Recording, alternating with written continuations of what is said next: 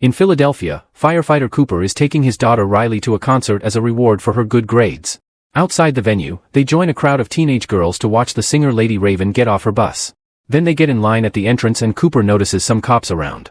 Once inside, he also notices there are officers all over the place. Cooper tries to be a good dad, recording Riley when she joins a dancing group and buying her some snacks. He gets her to talk and learns that at school Riley is always being excluded by the other girls. As they walk around, Cooper notices more cops and extra security cameras. Eventually they get to their seats and get to hear the opening band while Cooper sees that the cops are in that area too. The concert starts and Cooper has to cover his ears to deal with all the screaming. After a few songs, he tells Riley he's going to relieve himself. However, once he's in the bathroom, he actually uses his phone to check on a security camera. It turns out Cooper is a serial killer and he's checking on his latest victim Spencer, who has been trapped in Cooper's secret house.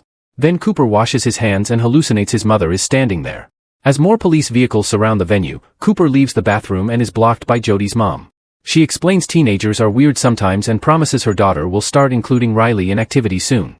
Cooper returns to his seat just in time to hear Raven talk about her missing father and how she learned to move on. She asks her fans to use their phone's flashlights and the place lights up while she plays the piano.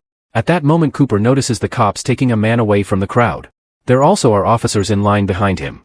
During the intermission, Cooper and Riley go to buy a t-shirt but there aren't any in her size. The seller Jamie promises there are more coming, and Cooper uses the chance to ask about the cops. Jamie says it's supposed a secret but shares it anyway. The police has learned that the serial killer known as the Butcher would be at the concert, so they came to find him. Every person that leaves is being checked and all the exits except for the backstage are being watched. Cooper laughs awkwardly because he's the Butcher. Afterward he drags Riley through the venue while pretending he wants a snack, when actually he's checking the exits and confirming that they're all blocked by cops. Cooper notices a drunk woman standing by the stairs and subtly gives her a push to make her fall. The cops at the entrance run to check on her and Cooper tries to leave, only to discover even more officers outside. With no choice, he goes back to the concert with Riley. Lady Raven announces there's a special guest and the ground opens for a platform to raise with another singer. Cooper stares at the open hatch and tells Riley it would be fun to get in there to see where it takes them, but Riley calls him out on his weird behavior. He has to stay not to be suspicious and he stares at the hatch close with frustration. Then Cooper goes back to the t-shirt stand and finds Jamie on his way to the supply room, so he comes along.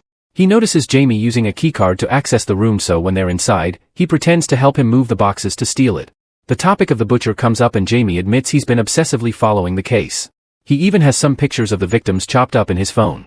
All the employees got special training for today and even password to identify them, which is Hamilton. After finally getting the t-shirt, Cooper sneaks in the employees' break room with Jamie's keycard. The cops are there going over the information they have and they agree that if they find the Butcher, they must take him away from civilians. Cooper hangs Jamie's card on his jacket to pretend to be an employee and goes through the group to reach the snack table so he can hear them better. Nearby there's a picture of his latest crime scene. When a cop asks for sugar, Cooper quickly finds it to look friendly and cooperative. On his way out, Cooper steals a radio from a police bag. In the corridor, Cooper is blocked by Jody's mom again and she gets angry when he tries to ignore her. Their argument gets the attention of two cops, but they're interrupted when they hear a man scream. The two officers rush to the entrance where other cops are arresting the man. This time Cooper also notices Josephine among them. Back on his seat, Cooper discreetly puts on an earbud and listens to the police radio, learning they've already confirmed that the man they arrested was the wrong guy. He was just a thief that panicked because he thought the cops were there for him. As some officers walk among the seats to arrest another guy, Cooper listens to the descriptions of the men they must look for. One includes a white male in his 30s with an animal tattoo on his right arm, which describes him. Luckily he finds a bracelet on a girl's bag and puts it on to cover the tattoo. After checking the venue's map on the phone, he tells Riley that he forgot his credit card at the t-shirt stand and leaves again. On the radio, he hears that the FBI is setting up tents around the building and barricades on the main streets. Cooper considers pulling the fire alarm, but he notices there's a security camera watching him. He also hears Josephine guessing that he would try the alarm trick. Instead he sneaks into the burger stand and messes with the fryer. Once he's gone, a worker checks on the fries and finds 2 bottles floating in the hot oil.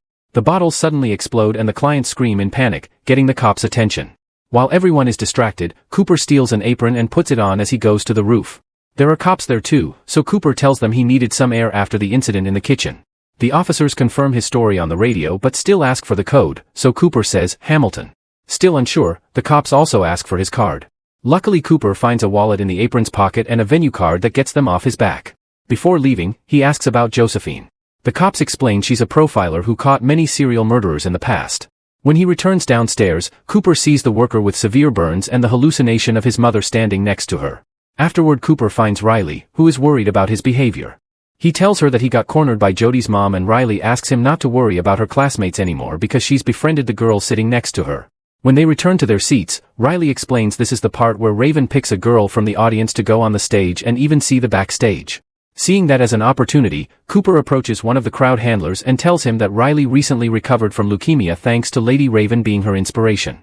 The cops are getting closer to Cooper's spot, but luckily his plan works and Riley is chosen to go on stage.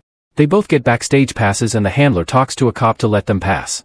Riley is very nervous, but she still goes in when Raven calls for her, and Cooper tries to enjoy his daughter's happiness while ignoring all the cops near him.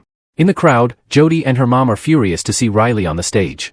After the song is over, Cooper notices a girl collapsing and picks her up, asking the workers for a place for her to rest. He's taken backstage right before Josephine can see him. Cooper helps the sick girl calm down and even gives her some juice. The manager is really grateful for his help and lets them watch the end of the concert next to the stage. Cooper asks her if they can leave through the backstage door to avoid the crowd at the end, and the manager says yes. Once the concert is over, Cooper hears on the police radio that every male in the venue will be checked on their way out. However, when he tries to leave with Riley, he discovers that the backstage door is also blocked by cops. In a room nearby, Cooper overhears Josephine telling Raven that the cameras will have photos and data of every person that came to the concert. Getting desperate, Cooper approaches Raven and asks her to talk in private about Riley's condition. They enter her dressing room and Cooper admits he's the butcher as he takes out his phone to show her Spencer in the cell. There's a button that allows him to release carbon monoxide into the cell, which would kill Spencer before the cops find him. If Raven cooperates, Cooper promises to let him go. Afterward, Raven tells the cops that Cooper and Riley are leaving with her in the limousine, so they get to escape without getting checked by the police. At the main entrance, the crowd is delayed because of the checks and Josephine worries over the lack of results. During the ride, Cooper tells the driver where he left his car so they can be dropped there. However, Raven asks Riley if she can visit her home. Riley gets excited and calls her mom for permission, so Cooper can only smile as he gives the driver his home address instead. Moments later, they're welcomed by Cooper's wife Rachel and their other kid. As they go inside the house, Cooper reminds Raven that he'll kill Spencer if she tries anything. Over coffee and cake, Rachel asks about the concert and Raven tells her about the police operation to catch the butcher. The FBI found a receipt for a concert ticket in one of the butcher's fake houses, so they contacted Raven to make the plan. Josephine has been profiling the butcher for a while and concluded he's a white man in his 30s or early 40s, has a position of authority, drives a dark car due to a possible OCD, and had a scarring relationship with his mother. Cooper gets uncomfortable because of how accurate every word is and points out it's getting late. However, Raven offers to play a song on the family piano. She makes Riley sit next to her and uses the chance to steal her phone. After the song is over, Raven says they should take a selfie, but Riley can't find her phone, so Raven tells her to use Cooper's as she takes it from his hands. After they take the picture, Raven asks for the bathroom and rushes in there with the phone, locking the door behind her. Cooper starts pounding on the door and his family are weirded out by his behavior. The phone is unlocked and Raven gets to talk to Spencer, asking him for any details he remembers of the area. Spencer mentions things like the door color and a statue nearby, then Raven starts a live stream on her own phone. She tells her followers all the details Spencer mentioned until one person recognizes the place and sends the police. Raven also texts her driver, who is still outside, asking him to call the cops too. When she checks Cooper's phone again, the lock screen has gone up. Next, Raven yells that Cooper is the butcher. She hears weird noises and screaming on the other side of the door, which suddenly opens to show a very nervous Cooper. He takes his phone and checks on Spencer, only to find him gone. Afterward, Cooper takes Raven to the garage, where he grabs his crime bag and pushes Raven into Rachel's car because Josephine had been right about his vehicle's color.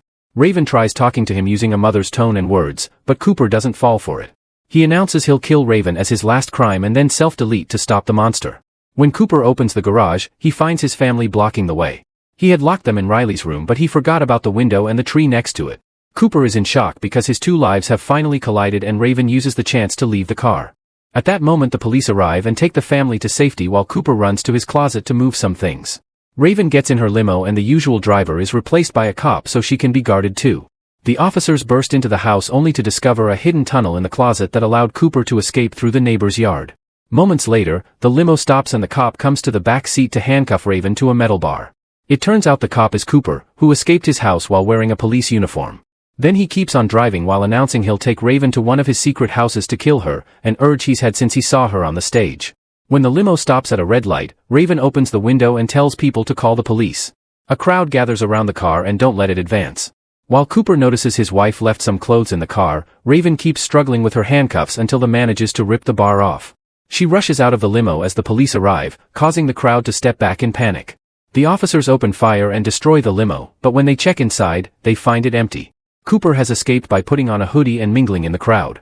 Afterward, Raven is taken to one of the crime houses, where she thanks her fan for the help and checks on a rescued Spencer. Meanwhile, Rachel returns to her house after dropping the kids at her sister's. Josephine thinks she should be hiding too, but Rachel wants to be here. After assigning some cops outside, Josephine leaves. Rachel watches the video they found on the security cameras of Spencer's kidnapping and makes some tea. Suddenly she's startled by Cooper, who has sneaked in unnoticed. Cooper thinks his wife set him up, so Rachel has to admit it. Some weeks ago, she started to suspect that Cooper was having an affair, however she realized it was something else because his clothes smelt of hospital cleaning fluid. She also heard him lie to a neighbor in front of her in such a convincing way that it gave her chills. One day Rachel followed him to one of his other houses and left the ticket receipt before anonymously calling the police, hoping they would prove her wrong. Cooper takes off his shirt because of the smell and grabs a knife, ready to attack. Rachel distracts him by asking him to finish the pie Riley made since today was supposed to be a celebration. Cooper agrees to eat after seeing Rachel take a bite. He explains how dead victims usually give him a sense of peace, but Rachel has made him angry, so he wants to kill her before self-deleting. Suddenly Cooper starts feeling dizzy and realizes Rachel has found the sedatives in his crime bag, which she added to the pie. As he stands up, he hears his mother and finds her at the door calling him a monster. Cooper cries and tries to approach her, only for the cops to surround him and tase him. A furious Cooper jumps on an officer to knock him out, but before he can go for the other one, Josephine joins with another taser and they successfully bring him down. When a handcuffed Cooper is dragged out of the house, he asks for a second to pick up Riley's fallen bicycle. At that moment the cops bring the kids back and Riley hugs her dad before he's taken away. In the back of the police truck, Cooper reveals he stole a spoke from the bicycle and now uses it to pick his handcuffs off while laughing. Later Jamie sees Cooper's face on the news and freaks out because he helped a criminal. Make sure to subscribe our channel Cinema Fathom and turn on notifications so you can watch more videos like this. Thanks for watching.